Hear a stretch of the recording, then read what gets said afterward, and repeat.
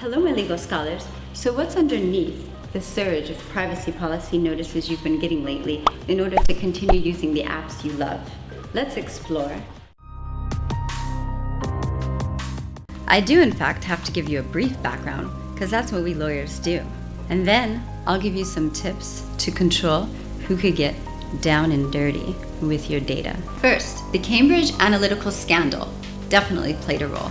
The political consulting firm obtained private information from up to 87 million Facebook users, including maybe you, to allegedly have an advantage in the US 2016 Trump presidential campaign.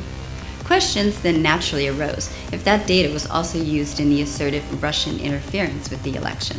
In response, Facebook CEO Mark Zuckerberg testified before members of the US Congress to clear up confusion on data privacy, security, and consumer protection. I say this gently. Your user agreement sucks.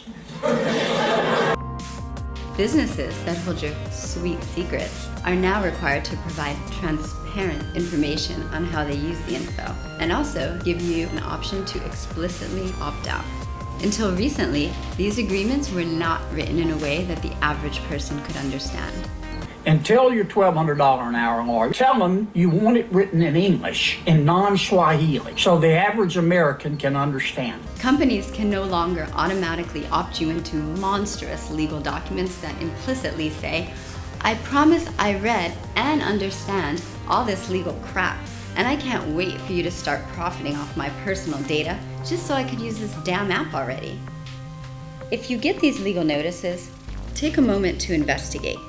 If you've already opted out, don't worry. Simply go to Settings or Options button on the social media app that you're using, and the privacy policies will be there. They are simpler to the naked eye since they are written with less legalese, but there are still layers of information to dig through as it branches out into a slew of subparts and sublinks and subparts. What are some takeaways to know about the updated policies? They basically still have access to all your same info as they did before. They just changed the wording to make it easier for you to read.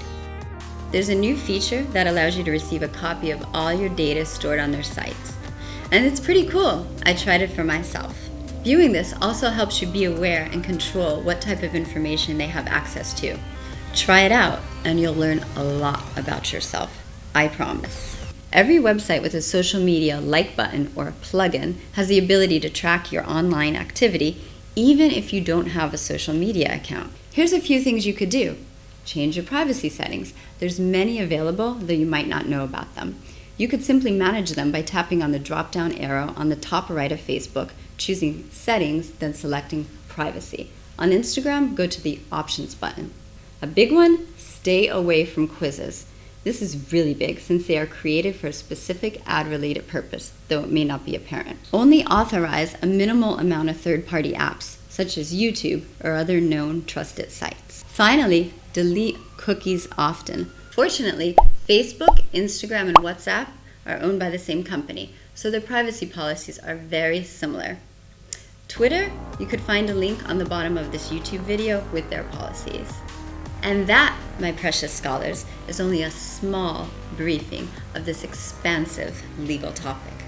The YouTube version of this video is loaded with useful links at the bottom of the video in order to elaborate. So use them. To stay abreast of this and other topics, be sure to subscribe on YouTube, and when you do, ring the bell to assure you get notices when we release new videos. Hope this has been informative. Goodbye for now, my legal scholars.